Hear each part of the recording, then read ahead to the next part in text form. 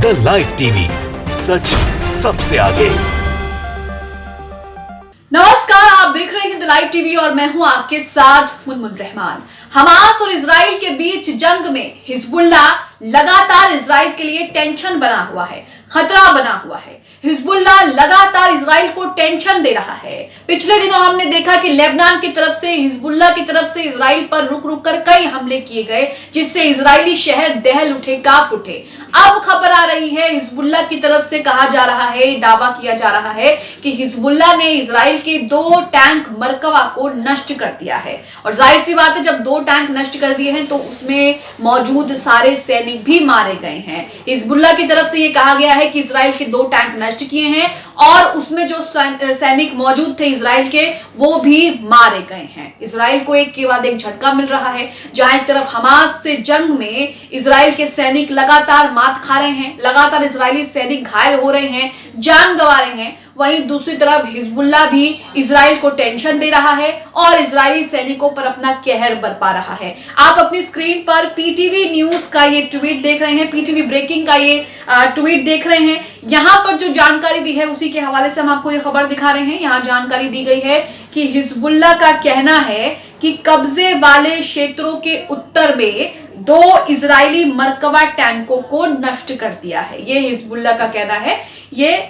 Hezbollah ने इस बात की जानकारी दी है। आगे कहा गया है कि जिसके अंदर मौजूद सभी सैनिक मारे गए हैं, यानी कि हिजबुल्ला ने कब्जे वाले क्षेत्रों के उत्तर में 2 इजरायली टैंक मरकवा को नष्ट कर दिया पूरी तरह से, और उस टैंक में जो सैनिक मौजूद थे वो सैनिक भी मारे जा चुके हैं। इसी के साथ आप अपनी स्क्रीन पर ईरान ऑब्जर्वर का भी ट्वीट देख रहे हैं। यहां पर ईरान ऑब्जर्वर ने एक वीडियो शेयर किया है। यहां पर भी हिजबुल्ला ने इजराइल के एक टैंक को निशाना बनाया और उसे नष्ट कर दिया। यहां लिखा है कि हमने एंटी टैंक मिसाइलों से लेबनानी सीमा के पास इजरायली सैनिकों को निशाना बनाया है। ये कौन कह रहा है? हिजबुल्ला कह रहा है। यहां पर जो वीडियो दे रखा है वो वीडियो का 10 सेकंड का हिस्सा आप देखिए कि किस तरह से हिजबुल्ला ने इजरायली टैंकों और सैनिकों को निशाना बनाया और पल भर में सब कुछ जो है वो तबाह हो गया। देखिए तस्वीरें।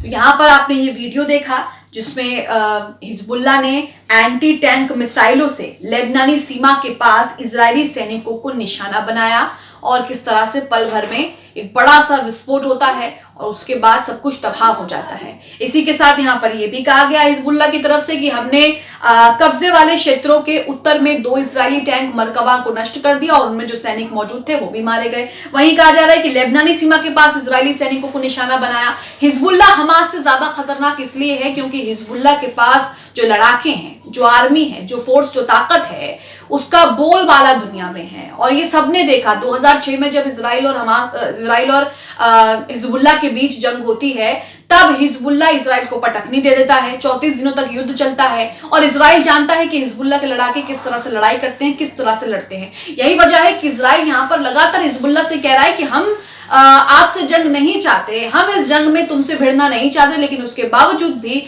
हिजबुल्ला, लेबनान की आर्मी पीछे नहीं हट रही है इजराइल को मुंह तोड़ जवाब देने से, क्योंकि इजराइल लगातार गाजा में मासूमों पर बमबारी कर रहा है। अभी भी आप खबरें उठा करके देख लीजिए जिसमें इजराइल लगातार बच्चों के अस्पतालों पर निशाना साध रहा है, बच्चों के अस्पतालों पर मिसाइल अटैक कर रहा है, गाजा में जो अस्पताल है उन पर अटैक कर रहा है और किस तरफ चारों तरफ कोहराम मचा हुआ है, लाशें बिछी हुई हैं। ये तस्वीरें आप देख सकते हैं। लगातार 1 महीने का समय हो गया है और इजराइल लगातार गाजा में आम लोगों, सिविलियंस को निशाना बना रहा है। हॉस्पिटल, स्कूल, राहत शिविर, कैंप और जो भी चीजें हैं जहां पर लोग इकट्ठा हो सकते हैं, जहां पर लोग बचकर अपनी जान बचा सकते हैं, वहां पर जो है इजराइल की तरफ से निशाना साधा जा रहा है। और यही वजह है कि लगातार हिजबुल्ला, लेबनान की तरफ से इसे चेतावनी दी जा रही है कि गाजा पर मासूमों पर बमबारी करना बंद कर दे, नहीं तो अच्छा नहीं होगा। लेकिन इजराइल यहां पर ना तो सीज फायर करने के लिए तैयार है और ना ही गाजा पर बमबारी रोकने के लिए।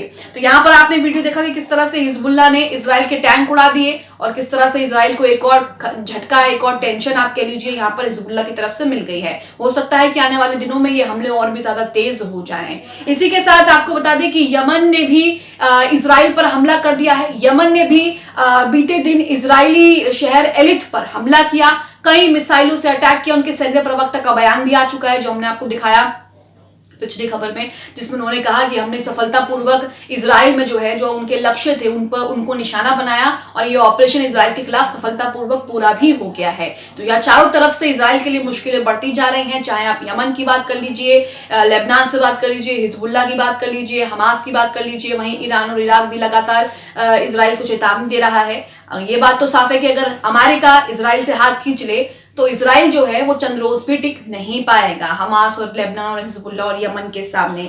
इसी के साथ आपको बता दें कि युद्ध विराम पर अमेरिका और इजराइल के बीच जो है वो किस तरह से अनबन हो रही है, किस तरह से दोनों के बीच इस बात को लेकर मतभेद हो रहा है, ये आपको बताते हैं। इजराइल ने यहाँ पर व्हाइट हाउस का जो प्रस्ताव है सीज फायर का वो ठुकरा दिया, इससे साफ इनकार कर दिया है। वहीं आपको बता दें कि गाजा में अगर मौत का आंकड़ा देखें तो 10 से 14,000 लोगों की मौत हो चुकी है, जिनमें कई बच्चे, महिलाएं, बुजुर्ग शामिल हैं। हम तस्वीरें भी देख रहे हैं लगातार कि किस तरह से वहां पर लगातार मासूमों की जानें जा रही हैं। जागरण का आर्टिकल आपके सामने है जिसमें लिखा है कि युद्ध विराम को लेकर अमेरिका और इजराइल में ठन गई है। व्हाइट हाउस के बयान को नेतन्याहू ने खारिज कर दिया है। यानी कि यहाँ पर इजराइल का एकमात्र सच्चा दोस्त अमेरिका, जो शुरू से उसका साथ देता आया है, अब इजराइल सीज फायर के नाम पर अमेरिका की भी मानने को तैयार नहीं है।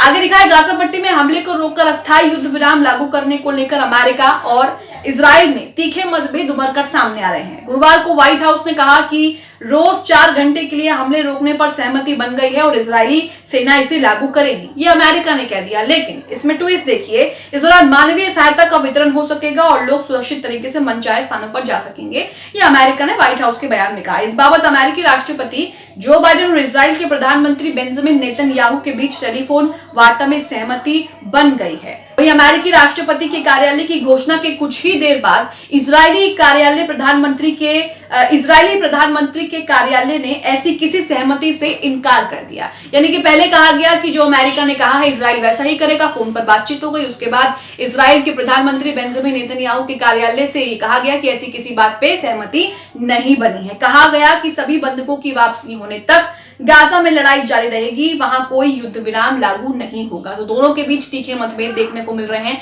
सीज फायर को लेकर। अमेरिका जहां एक तरफ ये कह रहा है कि हम दोनों के बीच सुलह कराने के लिए, दोनों के बीच मीडिएटर बन रहे हैं बातचीत कराने के लिए, दोनों के बीच सोल्यूशन के लिए, लेकिन यहाँ पर आप जानते हैं कि अमेरिका ही वो देश है जो इजराइल को लगातार पैसों से भी मदद कर रहा है, गोला बारूद दे रहा है, हथियार दे रहा है और हौसला भी दे रहा है, सुरक्षा भी दे रहा है। प्रधानमंत्री नेतन्याहू के कार्यालय ने कहा कि आमजनों के उत्तरी गाजा से दक्षिणी हिस्से में जाने के लिए सोमवार से 4 घंटे का समय निर्धारित था। बुधवार को करीब 50,000 लोग सुरक्षित कॉरिडोर से दक्षिणी भाग में गए। लोगों की बड़ी संख्या देखते हुए गुरुवार को निकासी का समय 6 घंटे कर दिया, लेकिन गाजा सिटी और गाजा पट्टी के अन्य हिस्सों में लड़ाई जारी रहेगी। वहीं इजरायली अधिकारियों के मुताबिक 7 अक्टूबर को हमास के हमले के बाद गाजा में 1 महीने से अधिक से समय जो है वो लड़ाई जारी है। इसमें लगभग 1400 लोग मारे गए हैं इजराइल के। लेकिन वहीं अगर हम गाजा के आंकड़ों की बात करें तो गाजा में करीब 12,000 लोगों की जान चली गई है। हालांकि ये आंकड़े और भी ज्यादा हो सकते हैं, क्योंकि हर घंटे हर दिन जो है इजराइल बमबारी गाजा पर कर रहा है और हर घंटे हर पल हर मिनट जो है लोग वहां पर अपनी जान गंवा रहे हैं। वहां पर इंसानियत जो है वो शर्मसार हो रही है, तार-तार हो रही है। तो यहाँ आप देख रहे हैं कि इजराइल के लिए हिजबुल्लाह लगातार टेंशन बना हुआ है, या फिर यूं भी कह सकते हैं कि खतरे की घंटी बना हुआ है, क्योंकि इजराइल लगातार लेबनान से यही कह रहा है कि हम आपसे युद्ध नहीं चाहते, लेकिन लेबनान आर्मी और हिजबुल्लाह जो है वो लगातार इजराइल पर हमला कर रही हैं। अब इस बीच देखना होगा कि ये जंग कितनी और लंबी चलती है और इस जंग में और कौन से देश इजराइल पर हमला करते हैं और कौन से देश फिलिस्तीन का समर्थन करते हैं, फिलिस्तीन का साथ देते हैं। यमन ने तो यहाँ पर इजराइल पर हमला करके ये साफ कर दिया कि वो फिलिस्तीनियों का समर्थन कर रहा है और इजराइल जिस तरह से वॉर क्राइम गाजा में कर रहा है उसका विरोध कर रहा है। अब देखना होगा कि और ये जंग कितनी लंबी चलती है और उसमें और कितने लोग जो हैं वो अपनी जान गंवाते हैं और इजराइल कब तक अपने सैनिकों की जान से खिलवाड़ करता रहेगा और अपने सैनिकों की जान देता रहेगा। आप इस खबर को लेकर क्या सोचते हैं? इजराइल पर जिस तरह से हिजबुल्लाह ने हमला किया है और जिस तरह से हिजबुल्लाह इजराइल के लिए टेंशन बना हुआ है, इसे लेकर क्या सोचते हैं? कमेंट बॉक्स में हमें जरूर बताएं। द लाइव टीवी, सच सबसे आगे।